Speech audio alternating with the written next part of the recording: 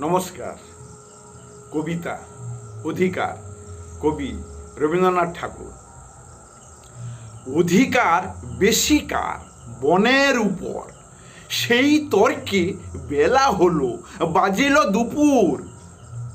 বকুল কহিল, শুনো বান্ধব সকল, গন্ধে আমি সর্ববন করেছি দখল।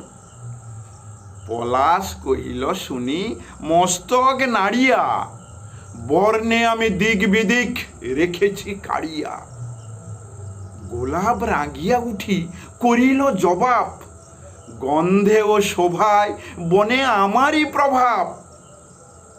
কচু কহে, গন্ধ শোভা নিয়ে খাও ধুয়ে, হেথা আমি অধিকার গড়িয়াছি ভুঁয়ে।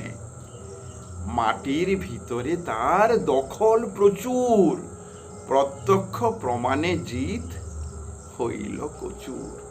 প্রত্যক্ষ প্রমাণে জিত হইল কচুর। নমস্কার।